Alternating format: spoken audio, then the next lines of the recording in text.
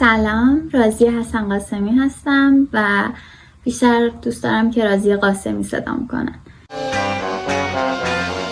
من پزشک هستم، پزشک عمومی. مقطع عمومی رو تو دانشگاه علوم پزشکی مشهد به پایان رسوندم. فروردین 1402 تاریخ فارغ التحصیلی من بود. علاقه‌مندی هام یکیش که رشته بدمینتونه که اکثر کسایی که از نزدیک منو میشناسن کاملا واقف هستن به این مسئله، و دومیش هنر. من عاشق نقاشیم، با اینکه نتونستم خیلی حرفه‌ای دنبالش کنم، اما سعی میکنم بعضی وقتا یکم اسکچ و اینا کار کنم. این سوال که سوشال مدیا رو دوست داری یا نه، در واقع فضای مجازی، واقعیتش اینه که من خیلی گارد داشتم نسبت به فضای مجازی و هیچ علاقه‌ای نداشتم به این مجرا. بعد از فارغ التحصیلی متوجه شدم که خیلی زیاد تو زندگی هامون وارد شده و به ناچار باید ازش استفاده کنیم و یه قسمت بزرگی از اکثر مشاغل، حتی پزشکی ها هم وارد دنیای مجازی شدن. بنابراین سعی دارم که خودم رو آداپته کنم با این فضا و امیدوارم که موفقیت آمیز هم پیش ببرم. موضوع کانال چیه؟ اینکه میخوام چه چیزی رو اینجا ارائه بدم.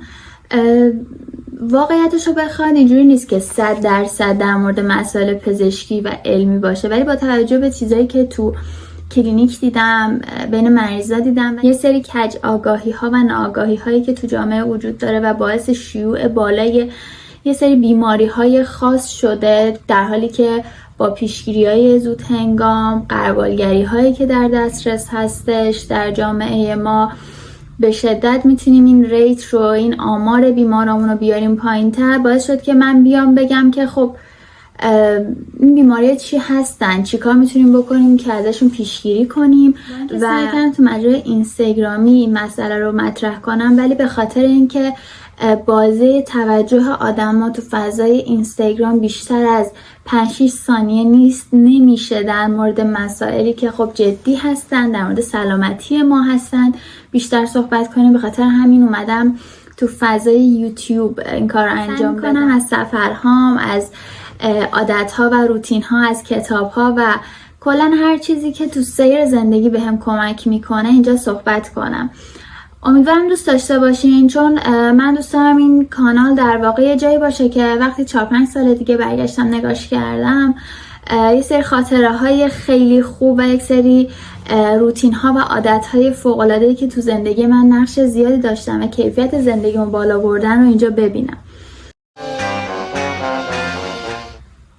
چرا اپیزود اول رو سرطان سینه انتخاب کردم؟ یکی از دلایلی که انتخاب این موضوع برای من خیلی با ارزش بود این بود که سرطان سینه به شدت شیوع بالایی تو جامعه ما پیدا کرده، به خاطر کم آگاهی که وجود داره، به خاطر یک سری مسائل حالا فرهنگی اجتماعی که تو جامعه وجود داره و اطلاع رسانی کمی که بابتش اتفاق میفته.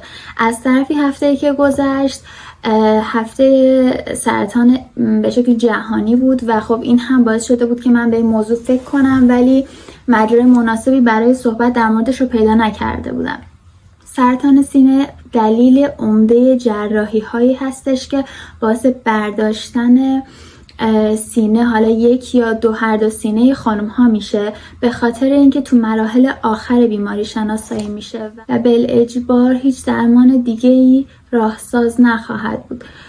سعی من اینه که تا جایی که ممکنه در حد توانم این آگاهی رو به اطلاع برسونم که این بیماری غربالگری خاص خودش رو داره و میتونیم تو استیج های خیلی پایین تر شناساییش کنیم و با درمان های دارویی و درمان های حالا رادیوتراپی و اینها میتونیم که پیشگیری خوبی داشته باشیم تا به مرحله آخر جراحی نرسونیم.